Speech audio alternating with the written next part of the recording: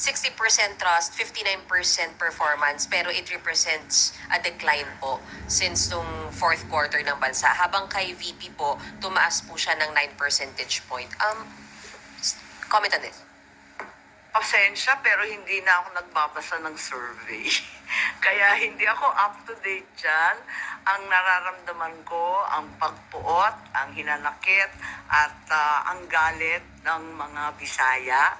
Galing po ako sa Cebu, mamaya pupunta ako sa Davao. Alam na alam ko ang pakiramdam nila. Ngayon, kung ganito rin ito sa Luzon, ramdam ko sa Manila, hindi ugali ng Pilipino ang pang-aapi sa matanda na may sakit. Hindi natin gawain yan. So, yun yung dahilan bakit bumaba yung survey ni Pangulo? Hindi ko alam. Tulad ng sinabi ko, napakaraming survey ngayon na kung tutuusin, kinakailangan na siguro i-supervise, i-control ng COMELEC kasi grabe na ang mind-setting, brainwashing, and laying the predicate, ika nga.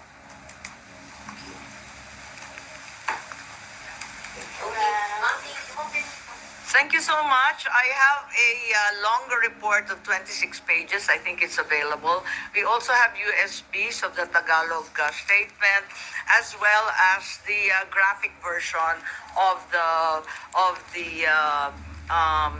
timeline. And I can also provide that video that we received. What opening statement ni Senator? What I read, ay yung Tagalog. Opo, nandito. Okay lang.